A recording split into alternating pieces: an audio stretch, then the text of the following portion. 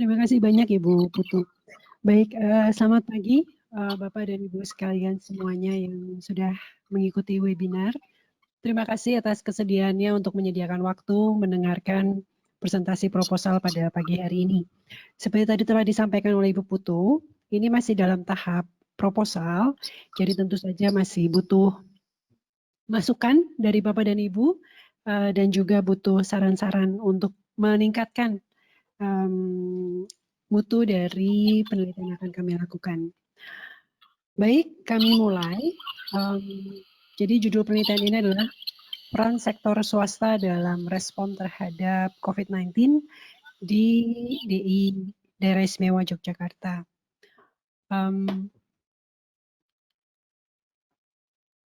Presentasi pada pagi hari ini akan terdiri dari beberapa bagian, yaitu latar belakangnya apa, kemudian rumusan masalahnya apa, tujuan dan manfaat, kerangka konsep, dan juga metodologi yang akan digunakan. Untuk latar belakangnya, mungkin tadi telah disampaikan oleh Ibu Putu bahwa seperti kita ketahui semuanya adalah situasi pandemi COVID-19 yang kita rasakan dampaknya sampai hari ini, itu sudah meluas penyebarannya di hampir di seluruh wilayah Indonesia ya, dan Ibu Putu tadi juga sudah menyampaikan bahwa ada kemungkinan bahwa di daerah kita di Yogyakarta ini juga akan mengalami lonjakan pasien, baik lonjakannya mungkin yang cukup besar, sangat besar, atau lonjakan pasien yang masih bisa ditangani oleh pemerintah daerah dan fasilitas layanan kesehatan yang tersedia di daerah Yogyakarta. Tapi yang kita lihat, yang kita coba perkirakan adalah skenario di mana situasi lonjakan pasien ini cukup tinggi sehingga menunjukkan adanya kesulitan kita untuk menangani, untuk merespon pasien-pasien yang tiba-tiba datang dalam jumlah banyak atau ada di fasilitas kesehatan dalam jumlah cukup banyak, sehingga kita melihat memang ada keterbatasan pemerintah pusat dan daerah dalam banyak hal, misalnya penyediaan peralatan perlindungan diri, ya, alat perlindungan diri, kemudian obat-obatan yang diperlukan, ruangan dan fasilitas yang harus tersedia di fasilitas layanan kesehatan, dan seterusnya, dan seterusnya. Atau bahkan mulai dari pemeriksaan yang harus dilakukan, dan seterusnya, dan seterusnya. Keterbatasan ini mungkin bukan cuma dirasakan oleh Yogyakarta, ini dirasakan juga oleh semua daerah, dirasakan juga di seluruh dunia. Jadi ini bukan sesuatu yang spesifik hanya di Yogyakarta, tapi kita ingin mencoba melihat bagaimana kita mengatasi keterbatasan ini. Tadi Bu Putu menyebutkan ada proposal payung yang melingkupi berbagai macam aspek yang terkait dengan surge capacity ini. Jadi ada beberapa hal yang sudah menyoroti aspek logistik, aspek SDM, dan seterusnya. Jadi kami tidak akan ke sana secara spesifik, tapi kami ingin mengangkat sebuah aspek lain, yaitu aspek dari peran sektor swasta. Jadi kalau kita lihat dari pemberitaan-pemberitaan yang muncul, sebenarnya sudah ada arah atau sudah ada keinginan dari pemerintah untuk melibatkan sektor swasta. Tapi pertanyaannya adalah lalu bagaimana kesiapan dari sektor swasta tersebut untuk menjadi pendukung dari pemerintah, untuk mendukung dalam hal ini khususnya kapasitas pemerintah daerah di Yogyakarta untuk menangani COVID-19.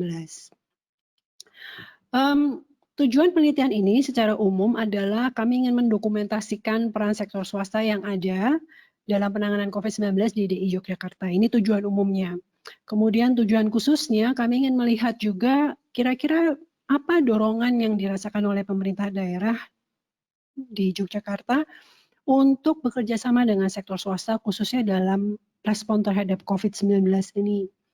Kalau kita lihat di awal-awal munculnya kebijakan pemerintah untuk menunjuk rumah sakit rujukan di seluruh wilayah Indonesia yang ditetapkan oleh Menteri Kesehatan, kita lihat bahwa 4 rumah sakit yang ditunjuk di daerah istimewa Yogyakarta, semuanya tadinya adalah rumah sakit pemerintah. Tapi kemudian pada bulan Maret, pemerintah Provinsi Daerah Yogyakarta, Daerah Istimewa Yogyakarta, menunjuk beberapa rumah sakit lain sebagai rumah sakit rujukan. Dan di antara beberapa rumah sakit ini, ada 25 rumah sakit tambahan ada 21 rumah sakit tambahan yang ditambahkan ke dalam list daftar rumah sakit rujukan ini. Beberapa di antara mereka adalah rumah sakit swasta. Jadi kami ingin melihat apa sebenarnya dorongan yang dirasakan oleh pemerintah daerah istimewa Yogyakarta sehingga mereka ingin bekerja sama dengan sektor swasta.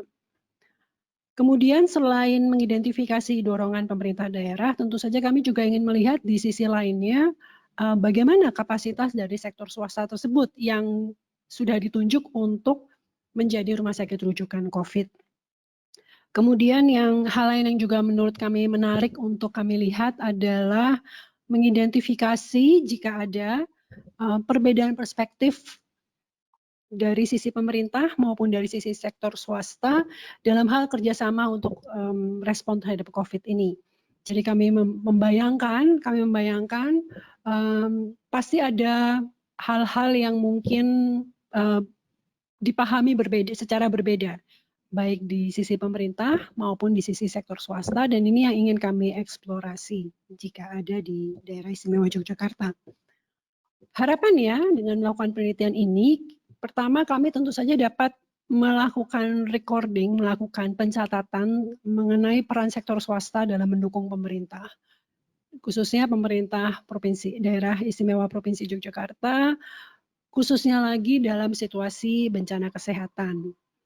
Dan kami berharap juga lebih jauh adalah kalau bisa penelitian ini juga bisa menjadi masukan untuk membuat semacam model kerjasama antara pemerintah dengan sektor swasta. Supaya apa? Supaya nanti di masa depan jika ada situasi bencana kesehatan yang lain, kita sudah memiliki model kerjasama yang efektif dan optimal sehingga tidak perlu meraba-raba lagi atau mencari-cari bentuk lagi begitu. Kenapa hal ini kami masukkan sebagai salah satu manfaat yang kami pikir perlu atau kami harap dapat keluar dari penelitian ini adalah karena sebetulnya kerjasama pemerintah dengan sektor swasta baik dalam hal-hal umum, dalam situasi normal, dalam tanda kutip, maupun dalam situasi bencana itu bukan sesuatu hal yang baru begitu ya. Kalau kita lihat beberapa referensi sudah menunjukkan bahwa kerjasama pemerintah dengan sektor swasta itu memang sudah menjadi salah satu pilihan atau salah satu opsi kebijakan apabila ada keterbatasan di pihak pemerintah. Jadi ada semacam gap yang harus diatasi dan gap inilah yang bisa diisi atau di sinilah peran sektor swasta bisa berkontribusi untuk mengatasi gap atau keterbatasan tersebut. Kemudian juga bahwa salah satu tujuan utama dari bekerja sama dengan sektor swasta adalah memperluas jangkauan penyediaan layanan. Dan ini tentu saja sangat relevan khususnya dalam situasi bencana seperti saat ini yang meliputi seluruh wilayah begitu. Jadi ini pasti sangat-sangat relevan dan sangat kritikal begitu. Kemudian referensi yang lain juga menunjukkan bahwa kerjasama pemerintah dengan swasta dapat membantu membangun ketahanan bencana. Jadi di masa depan ini bisa bermanfaat untuk membangun sistem kesehatan yang tahan terhadap bencana. Dia juga bisa membantu dalam mempercepat pemulihan dan memfasilitasi kondisi kembali menjadi normal. Tanda kutip. Nah, yang mungkin perlu kita garis bawahi adalah bahwa yang dimaksud dengan kerjasama pemerintah dengan swasta itu adalah di mana layanan tersebut dikembangkan secara bersama. Jadi kalau Bapak dan Ibu lihat di referensi yang disebutkan oleh Klein dan Theismann ini di tahun 2003, layanan itu harus dikembangkan bersama di mana ada sharing. Sharingnya dalam hal apa? Sharingnya dalam hal risiko, maupun biaya, maupun manfaat. Jadi kalau tidak ada sharing dalam hal risiko, biaya maupun manfaat, ini belum memenuhi kriteria kerjasama yang diharapkan atau kerjasama yang menjadi tujuannya. Nah, kerangka yang kami pakai dalam penelitian ini didasarkan pada tulisan Bhattacharya dan Hastings tahun 2015 mengenai Public-Private Partnership in Emergency and Disaster Management. Jadi dia melihat ada aktor-aktor di dalam yang ada di masyarakat yang harus bekerja sama di dalam situasi emergency dan disaster. Aktor-aktor ini adalah satu sektor publiknya itu sendiri, kemudian ada dia menyebutnya sebagai sektor bisnis, begitu ya. Kemudian ada sektor lain, sektor ketiga yang dia sebut sebagai organisasi nirlaba dan sektor masyarakat atau sektor komunitas. Ketiga kelompok aktor ini sudah berada di masyarakat secara naturally gitu ya, sehingga yang perlu dibuat adalah semacam kerangka yang menjembatani ketiganya begitu. Dan menjembatani ketiganya itu bagaimana caranya adalah dengan mengidentifikasi pengaturan kemitraan yang bisa dibuat, yaitu misalnya di sini ada apakah sifatnya legal, kemudian ada kontrak formalnya, ada perjanjian atau semacamnya, dan juga mengidentifikasi mereka bisa berperan pada tahapan yang mana. Kalau kita bicara di sini dalam konteks emergency dan disaster, mereka bicaranya pada konteks tahapan respons atau tahapan yang strategis. Jadi kerangka konsep dasar ini yang kami pakai untuk penelitian ini, dan kami berharap ini bisa kami lihat dan kami amati selanjutnya di DI Yogyakarta. Untuk batasannya sendiri, kami membatasi sektor pemerintah dalam hal ini di Daerah Istimewa Yogyakarta ke dalam 2 kelompok, yaitu Badan Penanggulangan Bencana Daerah dan Dinas Kesehatan. Kemudian untuk sektor swastanya, seperti yang tadi dimunculkan di dalam kerangka, yaitu kami melihatnya ada yang kelompok bisnis atau for profit, begitu ya. Dalam hal ini khususnya adalah penyedia layanan di tingkat rumah sakit, dan kami utamakan yang berjejaring. Kenapa berjejaring nanti akan kami sebutkan. Kemudian juga kami meng-acknowledge bahwa ada juga penyedia layanan rumah sakit yang sifatnya not for profit atau nirlaba. Misalnya yang berbasis yayasan, keagamaan, dan seterusnya. Dan kami juga mengutamakan yang berjejaring. Dan kelompok yang ketiga adalah kelompok masyarakat atau gerakan masyarakat. Nah, kesulitannya memang adalah bahwa beberapa kelompok masyarakat atau gerakan masyarakat ini mungkin tidak terorganisir secara formal begitu, sehingga pada metodologi kami melakukan pemilihan samplingnya adalah purposive sampling. Jadi yang pertama adalah kami menggarisbawahi di sini memang kami tidak melakukan pemetaan terhadap semua sektor swasta. Jadi kalau kita luaskan gitu, semua sektor swasta itu kan bisa banyak sekali begitu ya. Ada yang tadi yang for profit, ada yang not for profit. Bahkan di daftar rumah sakit rujukan yang ada di Daerah Istimewa Yogyakarta, yang swasta juga ada yang for profit dan ada yang not for profit. Kemudian ada juga layanan-layanan lain yang terkait, misalnya layanan lab dan sebagainya. Lab swasta kan juga ada banyak sekali di Daerah Istimewa Yogyakarta. Nah, kami membatasi diri memang hanya tadi pada kelompok-kelompok yang tadi kami sebutkan. Semuanya purposive. Kenapa? Karena khususnya kenapa kami pilih yang berjejaring?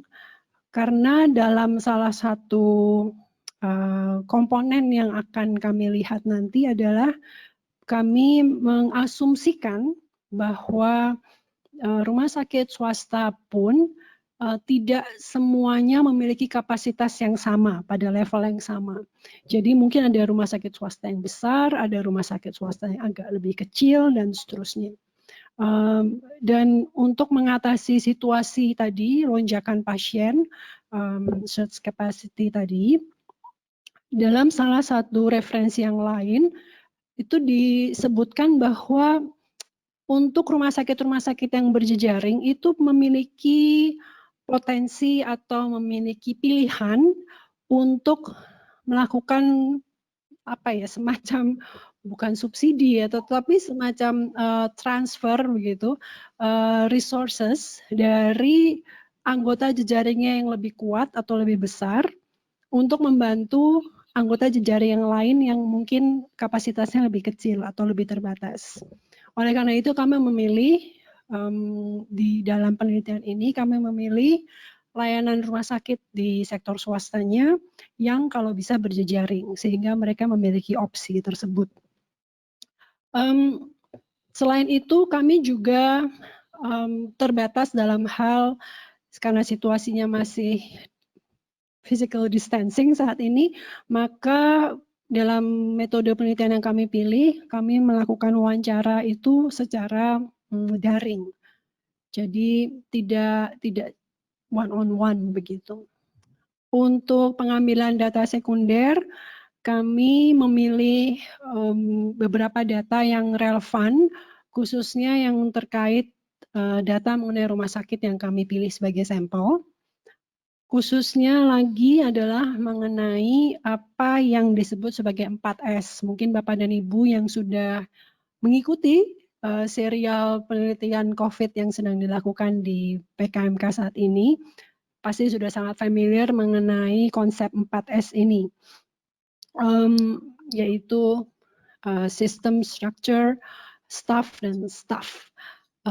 Jadi kami akan mengumpulkan data-data sekunder yang terkait 4S tersebut, termasuk misalnya SOP rumah sakit dan sebagainya.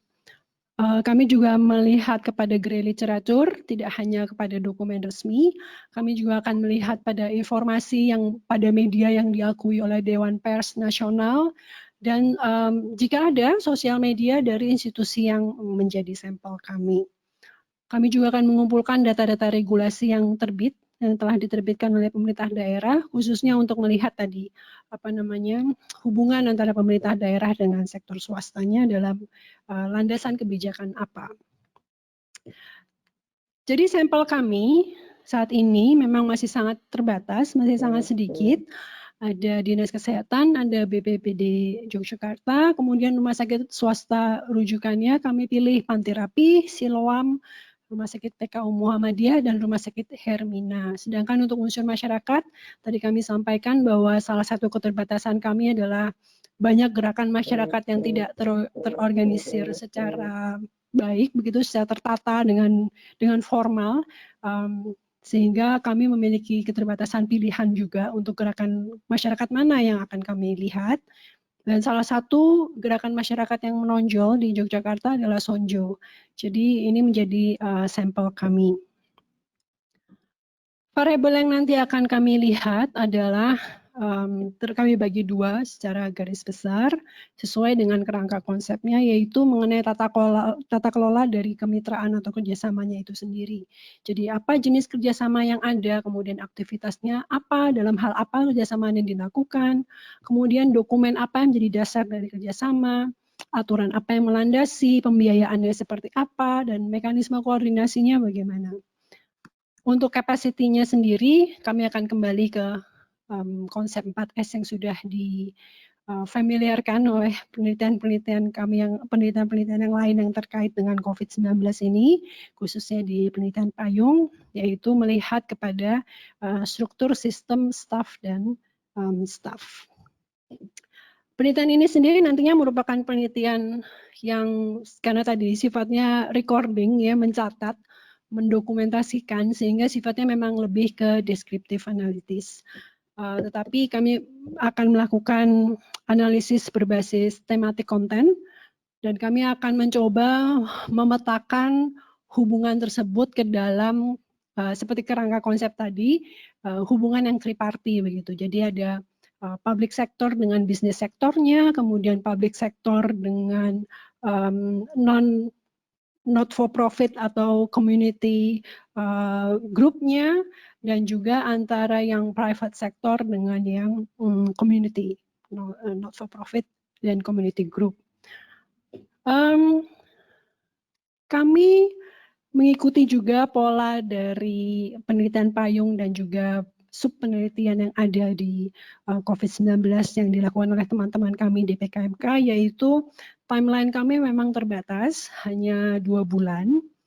Jadi kami harapkan seluruh proses administrasi persiapan jalannya penelitian sudah berlangsung di bulan yang pertama. Kami harapkan ini bisa selesai dalam bulan yang pertama. Kemudian pelaksanaannya bisa dilakukan setelah itu. Jadi kami memang tidak memiliki waktu yang banyak untuk melakukan pengambilan data maupun analisis data. Oleh karena itu sampel yang kami ambil memang tidak terlalu banyak.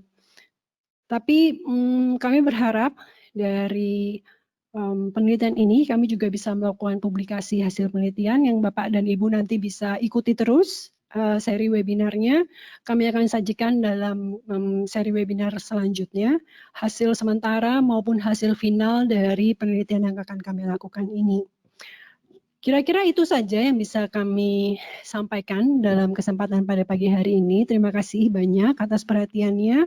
Dan sekali lagi kami mohon, karena ini masih dalam tahap proposal, masukan yang konstruktif untuk penelitian kami, dan mungkin saran-saran supaya penelitian kami dapat lebih bermanfaat, bukan hanya untuk daerah istimewa Yogyakarta, tapi juga mudah-mudahan bisa bermanfaat untuk Bapak dan Ibu yang mungkin tergerak atau terinspirasi untuk melakukan penelitian sejenis di daerah masing-masing. Terima kasih banyak Ibu Putu, saya kembalikan ke Ibu Putu.